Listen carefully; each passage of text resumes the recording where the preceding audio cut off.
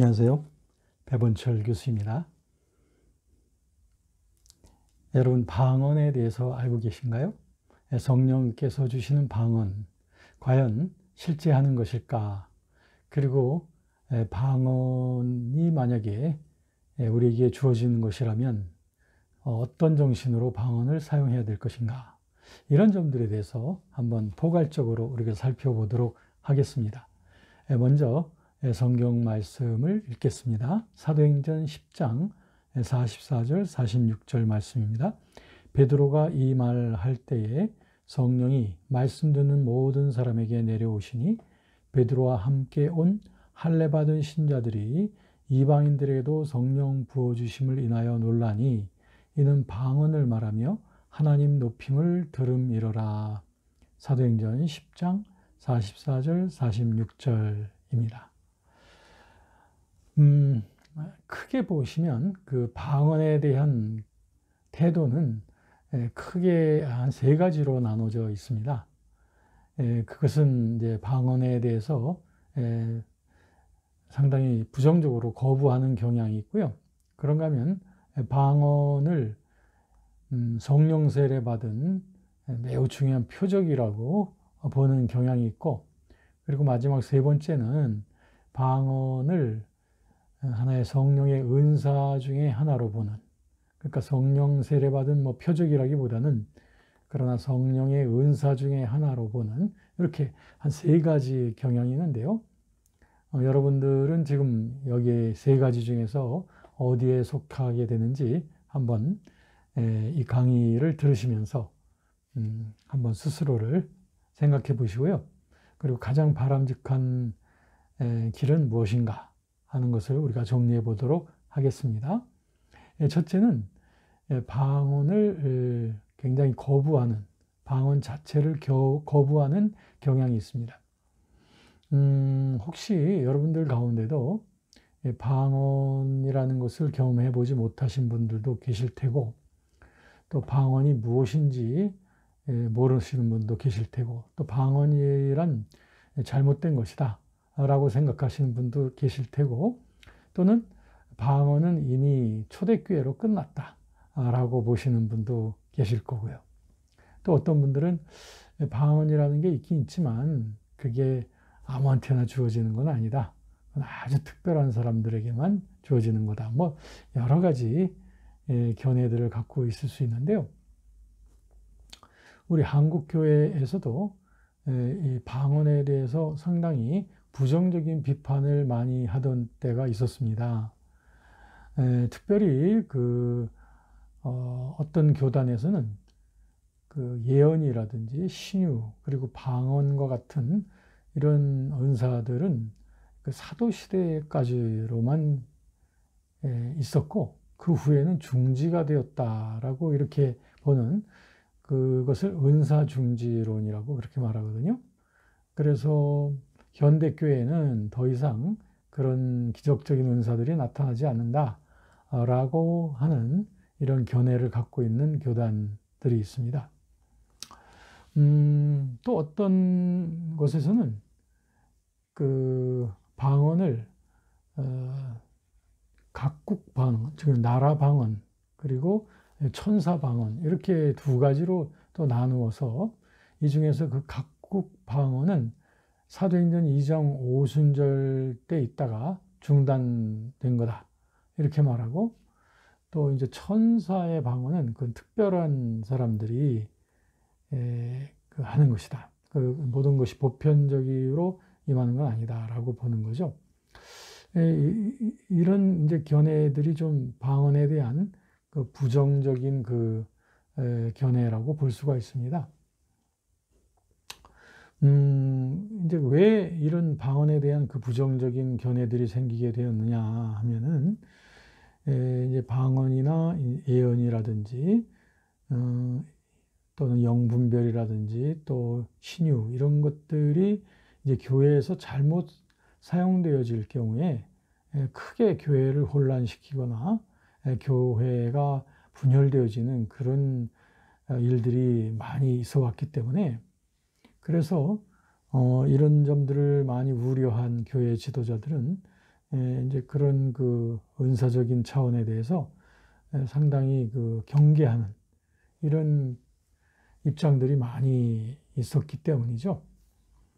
그러다 보니까 이 방언이란 현대에는 존재하지 않는다라고 말하든지 아니면 특별한 사람만이 방언을 한다라고 말한다든지 이런 그 견해, 부정적인 견해들이 있어 왔던 것이 사실입니다.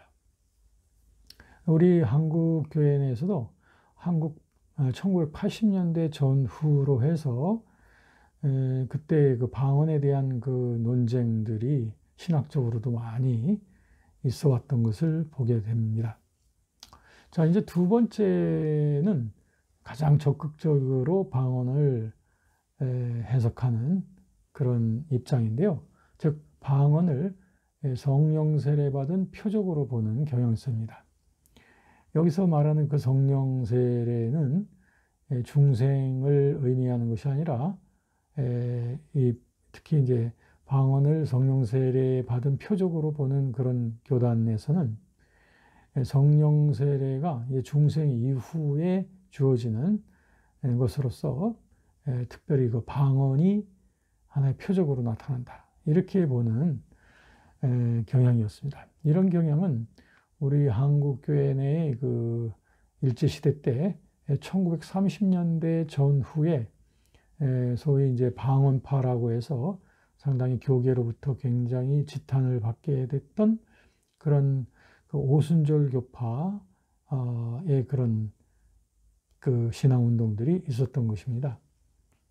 그런데 이제 이런 그 성령 세례 받은 표적이라고 이렇게 적극적으로 방언을 보는 이런 입장의 교단들은 이제 사도행전을 많이 인용을 합니다. 예를 들어서 사도행전 2장 1절부터 4절까지 보면 이런 말씀 있죠.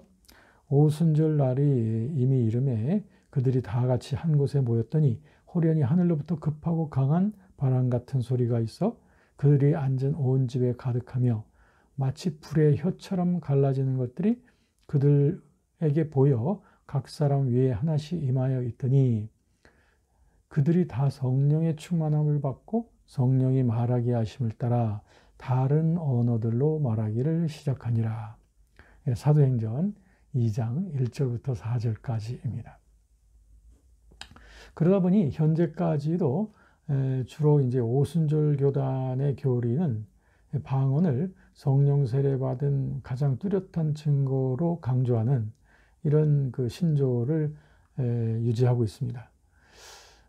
그런데 그 아까 말씀드렸던 그 1930년대 때의 그 소위 방언파라고 지목되었던 그런 파들은 때마침 그 당시에 일어나고 있던 좀 혼합적인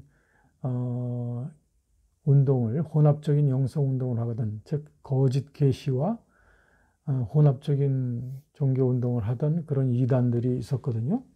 그런 이단들과 거의 같은 부류로 이렇게 지탄을 받게 된 거죠. 그래서 1930년대 때는 그 오순절 운동의 그 영향이 우리 한국 교계에 이렇게 시작됐다가 중단이 되고 말았습니다. 그러다가 이제 1960년대에 가서 이 오순절 교단이 다시 우리 한국 교회 내에서 이제 점점 성장해 가고 이제 마침내 급성장을 하게 되죠. 1970년, 80년대로 이르러가면서. 그러다 보니까 오순절 교단에서 강조하는 이 방언, 즉 성령 세례 받은 표적이 바로 방언이다라고 하는 이러한 그 입장이 점점 확장이 되어져 가죠. 그러다가 마침내 다른 기존 교단들과 신학적인 논쟁이 일어나게 됐고, 그때 이제 소위 오순절 교단의 그 방언에 대한 강조가 굉장히 지탄을 받게 됐던 것입니다. 그런데 이제 오늘날에 이르러서는 이 방언에 대한 것이 오순절 교단만의 그런 신앙 행위가 아니고 상당히 범교단적으로 확산이 되어진 그런 것을 보게 되는데요. 그렇다고 해서 그 방언을 강조한다고 해서 다 오순절 교단과 같은 그 성령 세례 받은 표적이라고 보는 것은 아니죠. 그래서 이제 세 번째 입장이 또 하나의 정리가 되는데요. 그것은 방언을 강조를 하긴 하는데 성령 세례 받은 표적이라고 보기보다는 그저 성령의 여러 은사 중에 하나라고 보는 경향성. 이제 이런 경향성이 이제 1980년대 말부터 우리 한국 교계의 그 빈야드 운동을 중심으로 한 제3의 물결의 운동이 우리나라에 들어오게 되면서 이 제3의 물결의 영성에서는 방언이 성령 세례의 필수적인 표적이라기보다는 성령에 필요한 은사 중에 하나다라고 하면서 또 방언에 대한 강조도 많이 했던 거죠. 그러다 보니까 오늘날에 있어서는 교단을 초월해서 뭐 오순절 교단도 마찬가지고요. 이 방언을 이제 성령 세례 받은 표적이라고 보는 입장보다는 하나의 성령의 은사 중에 하나다라고 보는 경향이 점점 더 이제 보편화되어져 왔습니다. 현재까지 말이죠. 자, 그래서 그 고린도전서 12장 8절부터 11절까지 보면은 거기에 성령의 여러 가지 나타남에 대해서 나오는데요. 그 중에 방언도 거기에 포함되어 있습니다. 제가 읽겠습니다. 고린도전서 12장 8절부터 11절. 어떤 사람에게는 성령으로 말미암아 지혜의 말씀을, 어떤 사람에게는 같은 성령을 따라 지식의 말씀을, 다른 사람에게는 같은 성령으로 믿음을, 어떤 사람에게는 한 성령으로 병 고치는 은사를, 어떤 사람에게는 능력 행함을, 어떤 사람에게는 예언함을, 어떤 사람에게는 영들 분별함을, 다른 사람에게는 각종 방언 말함을, 어떤 사람에게는 방언들 통역함을 주시나니 이 모든 일은 같은 한 성령이 행하사 그의 뜻대로 각 사람에게 나누어 주시는 것이니라. 고린도전서 12장 8절부터 11절. 여기에 그 방언이 나오죠. 그런데 11절에 보면 이 모든 일은 같은 한 성령이 행하사 그의 뜻대로, 성령의 뜻대로 각 사람에게 나누시는 거다. 그러니까 이와 같은 말씀에 보면 방언을 뭐 성령 세례의 표적이라고 보는 것보다는 하나의 은사 중에 하나다 이렇게 보는 경향이 가까운 것이죠. 그래서 다시 말씀드리면 오늘날은 이제 제가 소개해드렸던 첫 번째 그 방언에 대해서 좀 부정적인 교리적 입장을 취해왔던 교단적으로 보면 주로 이제 장로교나 감리교나 또는 성결교 이런 것들이 좀 방언에 대해서 좀 부정적인 교리적 입장을 갖고 있었는데요. 그런데 최근에 와서는 일반적으로 방언에 대해서 목회자들이 많이 수용하고 있는 그런 현실입니다. 이 같은 목회적인 현상은 그동안 각 교단에서 교리적 노선에서 취해왔던 방언에 대한 입장하고는 좀 거리가 있는 것으로 보이죠. 자, 이렇게 세 가지의 그 방언에 대한 태도들과 오늘날의 경향성까지 보았는데요. 하지만 복음적 신앙의 핵심은 성령의 결정적인 그 역사가 인간 삶의 변화에 있는 것이지 방언이나 신유나 뭐 입신이나 환상과 같은 그런 은사 체험에 강조점이 있는 것은 아니라고 하는 거, 이것을 중심을 우리가 명확히 해야 됩니다. 은사를 너무 극단적으로 강조하는 그 은사주의라든지 또 은사를 너무 무분별하게 그 사용하다 보면 언제나 신학적으로 비판의 대상이 되어져 왔습니다. 그래서 이 점에 있어서 우리 모든 그 복음적인 그 교회들은 은사에 대한 그 태도와 그 은사 사용에 대한 그 분별력을 좀 날카롭게 해서 언제나 그 하나님의 말씀이 이런 은사적인 차원보다 먼저 비중을 갖고 있을 수 있도록, 그 다음에 어떤 그 은사적인 부분들보다는 그 인간 영혼의 변화와 성화 이런 부분에 더욱더 강조를 두고, 그 다음에 그 안에 그 외부적인 그 사역의 능력 물론 중요하지만 그 사역의 능력보다는 그 성령의 그 인격적인 인도하심, 그것을 더욱더 먼저 중시하는 이러한 그 잣대를 우리가 먼저 잘 견지해 간다면 우리들은 그 방언을 포함해서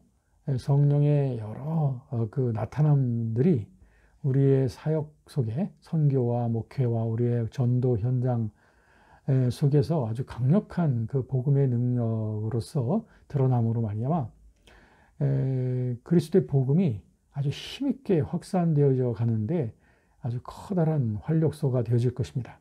그래서 우리들은 이런 분별력 있는 은사 사용의 지혜가 우리에게 필요하겠습니다. 여러분 경청해 주셔서 감사합니다. 고맙습니다.